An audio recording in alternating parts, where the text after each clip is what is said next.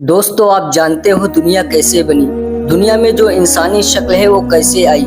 पूरी दुनिया का इनकार कैसे हुआ? तो चलिए बात करते हैं हजरत आदम अलैहिस्सलाम की। बहुत समय पहले की बात है जब ना इंसान थे और ना ही दुनिया में कोई आबादी थी।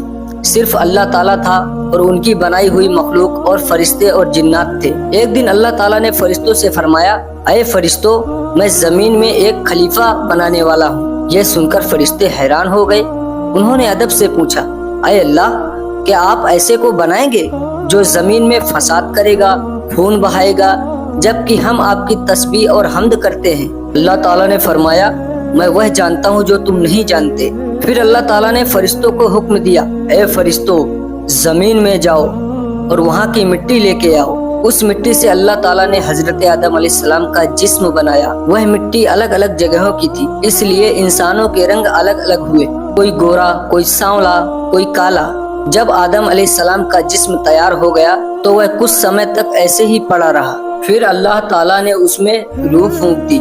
जैसे ही रूह उनके जिस्म में दाखिल हुई, हजरत आदम अलैहिस्सलाम जिंदा हो गए।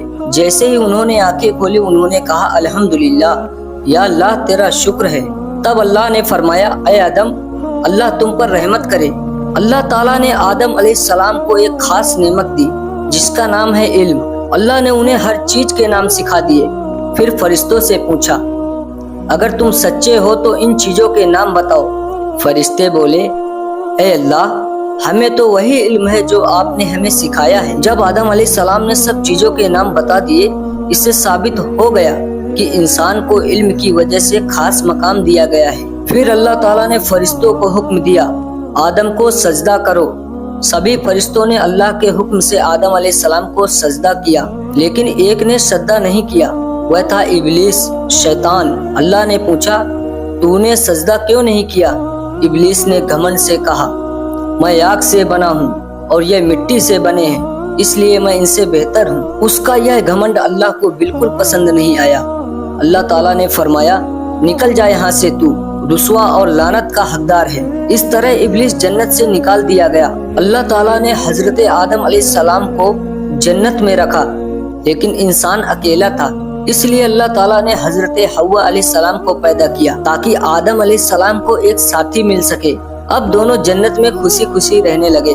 अल्लाह ने उनसे कहा, जन्नत की हर चीज खाओ, लेकिन इस एक दरख्त से पास मत जाना। इब्लीस के दिमाग में एक शैतानी आइडिया चल रहा था। इब्लीस चाहता था हजरत आदम अलैहिस्सलाम और हजरत हव्वा जन्नत से निकल जाएं, इसलिए उसने उन्हें बहकाया और कहा, अगर तुम इस दरख्त का फल खाओगे तो हमेशा जिंदा रहोगे। शैतान के बहकावे में आकर हजरत आदम और हजरत हव्वा ने उस दरख्त का फल खा लिया। तुरंत उन्हें अपनी गलती का एहसास हुआ, तौबा और माफी मांगी। दोनों बहुत शर्मिंदा हुए और अल्लाह से दुआ की, ए हमारे रब, हमने अपने ऊपर जुल्म किया, अगर तू हमें माफ नहीं करेगा तो हम नुकसान उठाने वालों में हो जाएंगे। अल्लाह ताला बहुत मेहरबान है, उन्होंने उनकी तौबा कबूल कर ली, लेकिन उन्हें जन्नत से जमीन पर भेज दिया। यहाँ से धरती पर इंसानों की जिंदगी की शुरुआत हुई। हजरत आदम अलैहिस्सलाम को अल्लाह ने पहला इंसान और पहला नबी बनाया। उन्होंने लोगों को सिखाया, सिर्फ एक अल्लाह की इबादत करो, सच बोलो, बुराई से बचो,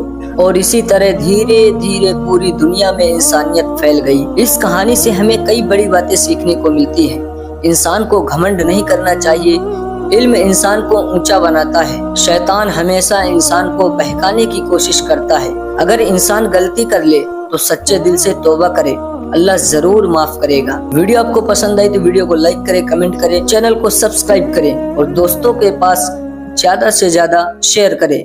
इस्लामी वीडियो के देखने के लिए बने रहें।